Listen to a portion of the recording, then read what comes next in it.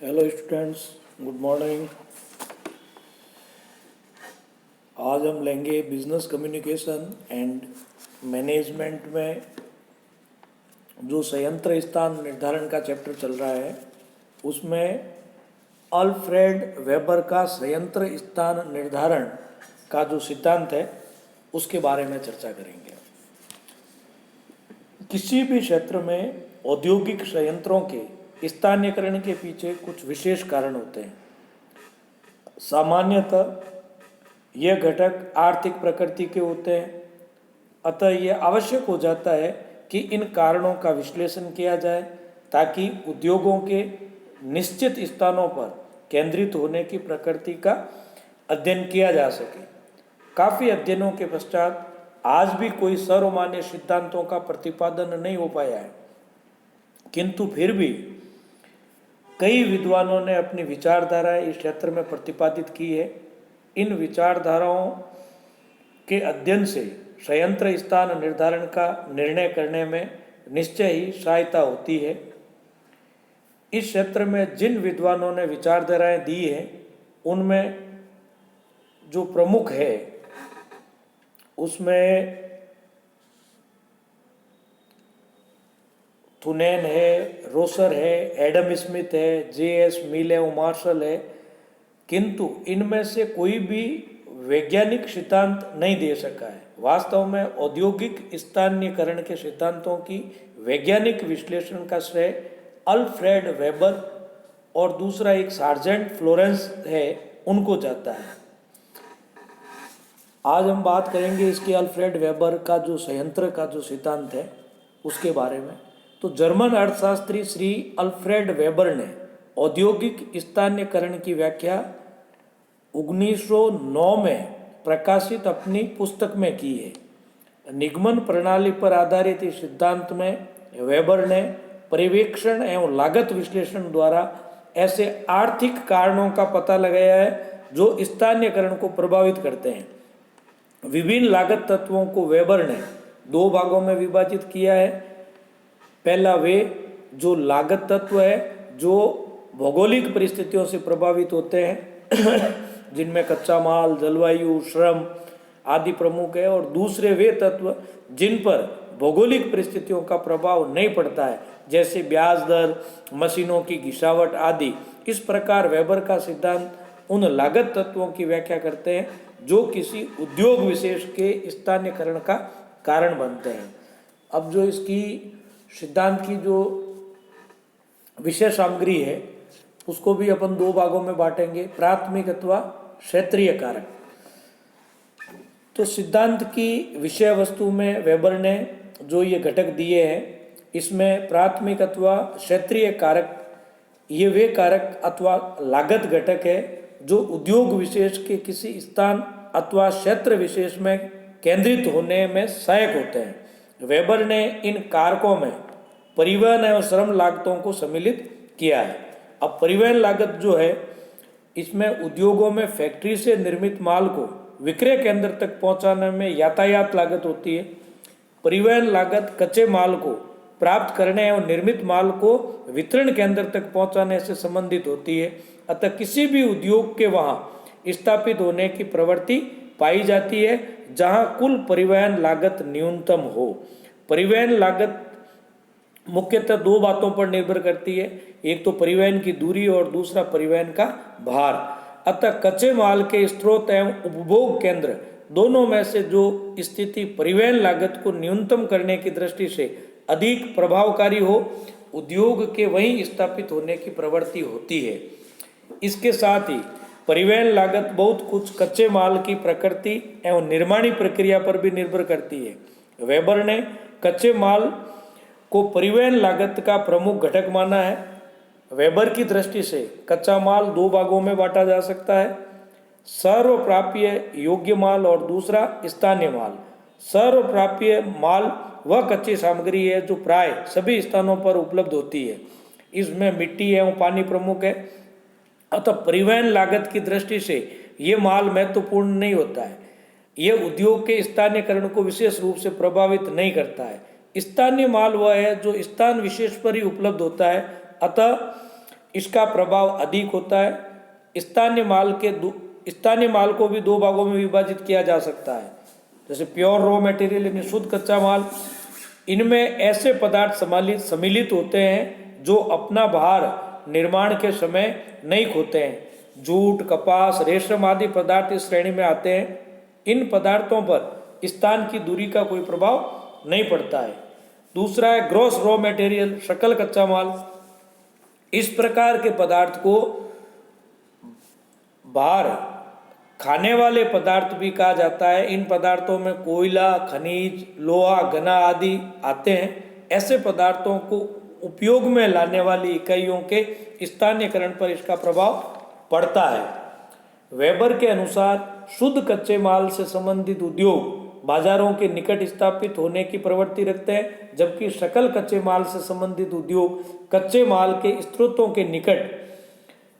तो वेबर ने इस संबंध में पदार्थ सूचकांक को भी प्रतिपादित किया है। अब जो मटेरियल इंडेक्स है यानी पदार्थ सूचकांक, इसमें अल्फ्रेड वेबर ने अपने सिद्धांत में पदार्थ निर्देशांक द्वारा ये प्रमाणित किया है कि पदार्थ निर्देशांक जितना कम होगा उद्योग के स्थानीयकरण की प्रवृत्ति उतनी ही अधिक बाजार अथवा उपभोग स्थल की ओर जाने की होगी, जबकि पदार्थ निर्देशांक के अधिक होने पर उद्योग के स्थानीयकरण की प्रवृत्ति कच्चे माल के स्थान के पास जाने की होगी। पदार्थ निर्देशांक का सूत्र इस प्रकार है: पदार्थ निर्देशांक बराबर कच्चे माल का भार अपॉन निर्मित माल का भार इंटू 100। अब इसकी जो लेबर कॉस्ट है या जो श्रम लागत है, उसके बारे में वेबर ने श्रम लागत को द्वितीय क्षेत्रीय घटक माना है। यह घटक भी उद्योगों के स्थान निर्धारण को प्रभावित करता है। विभिन्न स्थानों में श्रम लागत समान नहीं होगी। इस भिन्नता के भी दो कारण हैं: श्रमिकों की कार्य क्षमता व मजदूरी की दरों में भिन्नता, और दूसरा श्रमिकों के तकनीकी औजार एवं कारखाने की संगठन क्षमता में भिन्नता। तो जो प्रथम प्रकार के वेबर ने लागत का सिद्धांत का जो आधार माना है, क्योंकि यह तथ्य क्षेत्रीय एवं भौगोलिक तत्वों के अंतर्गत आता है। और जो दूसरा कारण है, द्वितीय कारण को संगठक तत्वों से सम्मिलित किया जा सकता है। यदि श्रम लागत किसी उद्योग की कुल लागत का महत्वपूर्ण भाग है, तो उस इकाई का स्थानीयकरण श्रम केंद्रों के निकट होगा। वेबर ने श्रम केंद्रों की और औद्योगिक स्थानीयकरण के पीछे श्रम निर्देशांक एवं स्थानीयकरण के भार को आधार माना है। लेबर इंडेक्स में इन्हीं श्रम निर्देशांक में उत्पादित माल के कुल भार तथा श्रम लागत के अनुपात की श्रम लागत निर्देशांक कहते हैं, और स्थानीयकरण भार लोकेशन वेट उत्पादन की संपूर्ण प्रक्रिया में यातायात किए जाने वाला कुल भार स्थानीयकरण कहलाता है। तो श्रम लागत एवं स्थानीयकरण के भार के अनुपात को श्रम गुणांक कहते हैं।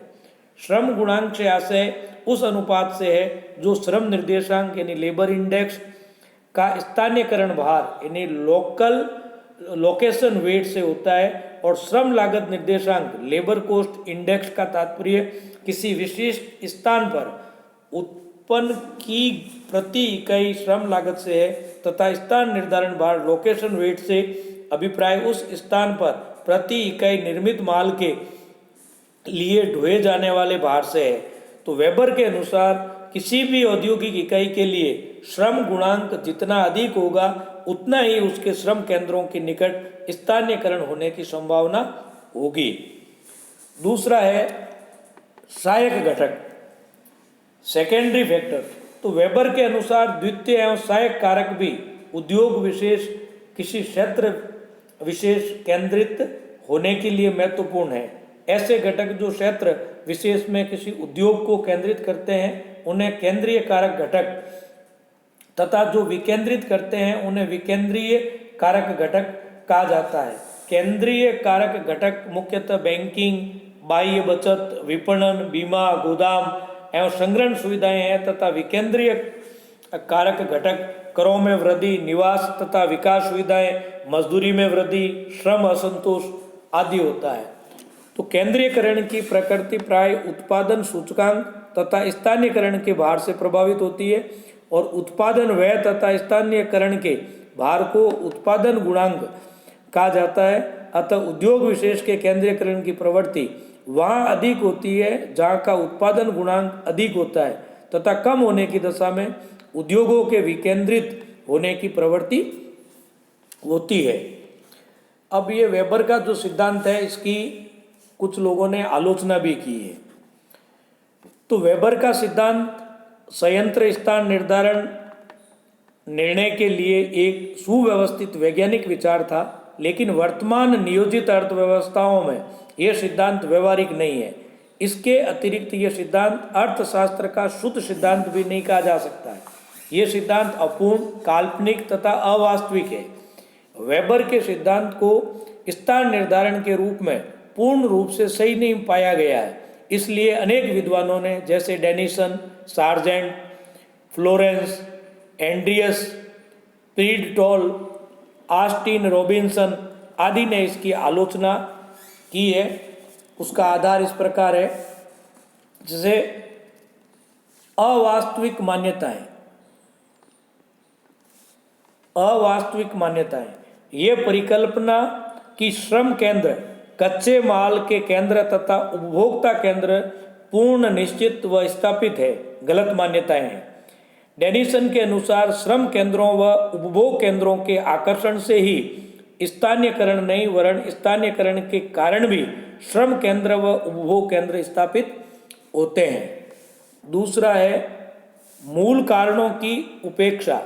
औद्योगिक स्थानीयकरण के मूल कारणों जैसे भूमि की रचना, जलवायु, साख सुविधाएं, पूंजी की उपलब्धता व सरकारी नीति आदि का इस सिद्धांत में कोई वर्णन नहीं किया गया है।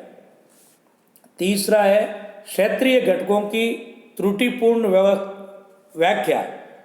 आलोचकों के अनुसार वेबर ने यातायात, श्रम व विकेंद्रीयकरण में नियमों को मूल्यों तथा लागतों में व्यक्त करने के स्थान पर गुणांकों में स्पष्ट किया है। भाड़े की दर, कच्चे माल के मूल्यों को वेबर ने भार तथा दूरी शब्दों से व्याख्या की है। इस तरह वेबर की व्याख्या है वो गलत है। नेक्स्ट है कच्चे माल का प्राकृतिक एवं कृत्रिम वर्गीकरण। वेबर ने कच्चे माल को दो प्रकार से विभाजित किया है, सर्वप्राप्य तथा स्थानीय पदार्थ। इस प्रकार के विभाजन में वास्तविकता नहीं है। ऑस्टिन रॉबिन्सन ने कहा है कि वास्तविक जगत में पदार्थ विभिन्न वैकल्पिक स्थिर केंद्रों से प्राप्त किए जाने हैं। साथ ही पदार्थ की प्रकृति की भिन्नता फिर भी समाप्त नहीं होती है। नेक्स्ट है गैर आर्थिक कारणों की उपेक्षा। वेबर ने इस सिद्धांत में केवल आर्थिक कारणों की ही व्याख्या की है, गैर आर्थिक कारणों की, जिनमें सामाजिक ऐतिहासिक मुख्य है, उसकी उपेक्षा की गई है।